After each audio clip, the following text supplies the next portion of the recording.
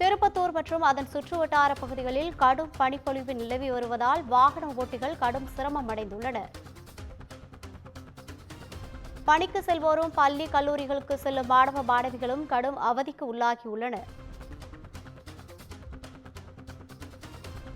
இதுகுறித்தான கூடுதல் விவரங்களை வழங்குவதற்காக நமது செய்தியாளர் அரவிந்தன் இணைப்பில் இருக்கிறார். வணக்கம் அரவிந்தன், கூடுதல் விவரங்கள். வணக்கம் ரவினா.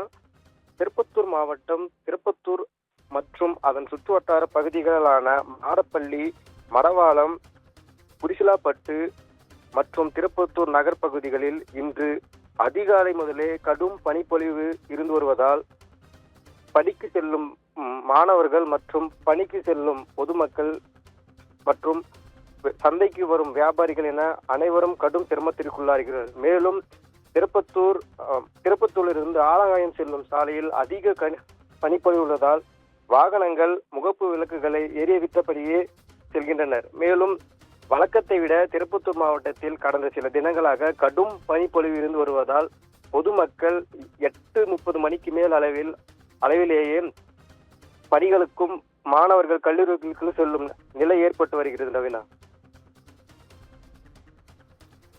கூடுதல் விவரங்களுக்கு நன்றி அரவிந்தன்.